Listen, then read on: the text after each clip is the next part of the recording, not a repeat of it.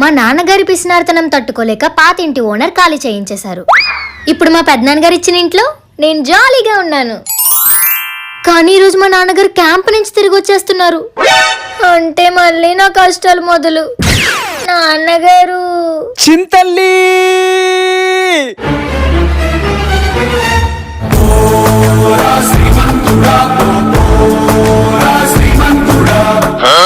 నాన్నగారు సైకిల్ తొక్కుకుంటూ వచ్చారేంటి?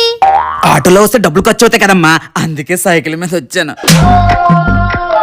ఇంతకీ పిల్లలెవరు? ఆ పిల్లల సైకిలే నేను తొక్కొచ్చానమ్మా. అయినా మధ్యాహ్నం వస్తానని చెప్పి ఈ టైంకి వచ్చారేంటి నాన్నగారు? ఊరు నుంచి ఇక్కడ తొక్కొచ్చేసరికి లేట్ అయిపోయిందమ్మా. అంటే పిల్లలు కూడా అక్కడి నుంచి మీ వెనకాల పరిగెట్టుకుంటూ వచ్చారా? రే పిల్లలు, మా నాన్నగారు నొదలకండ్రా.